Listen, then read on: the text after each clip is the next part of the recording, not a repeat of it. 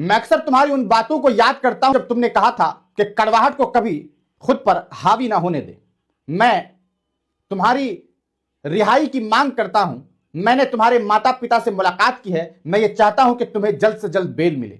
यह बात किसी आम इंसान ने नहीं, बल्कि अमेरिका जैसे बहुत कहा सकता है बड़े मुल्क के सबसे बड़े शहर न्यूयॉर्क के पहले मुस्लिम मेयर जोहरान ममदानी ने उमर खालिद को लेकर के कही है।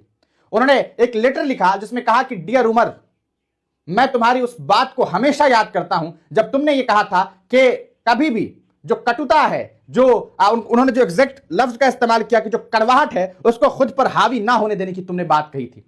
तुम्हारे माता पिता से मिलकर खुशी हुई, मुझे तुम्हारी चिंता है।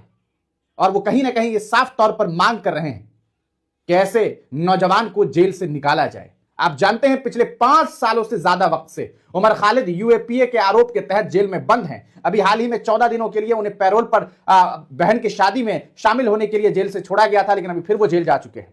एक नौजवान जिसका ट्रायल पूरा नहीं हुआ, जिस पर क्या जुर्म है वो साबित नहीं हुआ, लेकिन वो कई सालों से जेल में बंद है। लेकिन एक कन्विक्टेड रेपिस्ट कुलदीप सिंह सेंगर को अदालत ने रिहाई दे दी थी पिछले दिनों। आप जानते हैं इस देश में आसाराम सरेआम घूम सकता है। इस देश में बाबा राम रहीम जैसा कन्विक्टेड रेपिस्ट आराम से पैरोल पर महीनों महीनों जेल से बाहर रह सकता है, लेकिन एक नौजवान जेल में बंद है। और अब इसकी जो कहा सकता है चर्चा है न सिर्फ हिंदुस्तान बल्कि अमेरिका जैसे शहरों में भी है, अमेरिका जैसे मुल्कों में भी है, और न्यूयॉर्क जैसे शहर के मेयर भी इस पर अपनी बात